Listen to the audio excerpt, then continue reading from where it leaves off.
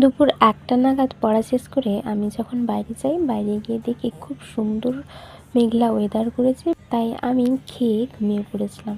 বিকেলবেলা উঠে দেখি বাজার থেকে আমার শাশুড়ি মা এই মুরগির পাগুলো নিয়ে এসেছে এবং বলল যে আলু দিয়ে ভালো করে রান্না করতে। তাই আমি আলুগুলো ছোট ছোট করে কেটে ভেজে তারপর মশলা ভালো করে কষিয়ে তার সঙ্গে ওই মুরগির পাগুলো দিয়ে কিছুক্ষণ ভালো করে সবগুলো কষিয়ে নিয়ে জল ঢেলে রেখে দিয়েছিলাম, তারপর নামিয়ে নিয়েছিলাম।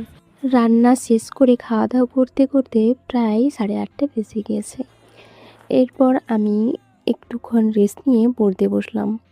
কিছু নোটস তৈরি করলাম এবং একটি অ্যাসাইনমেন্ট লিখলাম, যেটা 27 তারিখ পর্যন্ত লাস্ট ডেট। 27 তারিখের মধ্যে এটাকে কমপ্লিট করতে হবে। তো দেখি পড়তে পড়তে প্রায় রাত 11টা বেজে গেছে। তো আমার প্রচণ্ড পরিমাণে ঘুম পাচ্ছিল, তাই আমি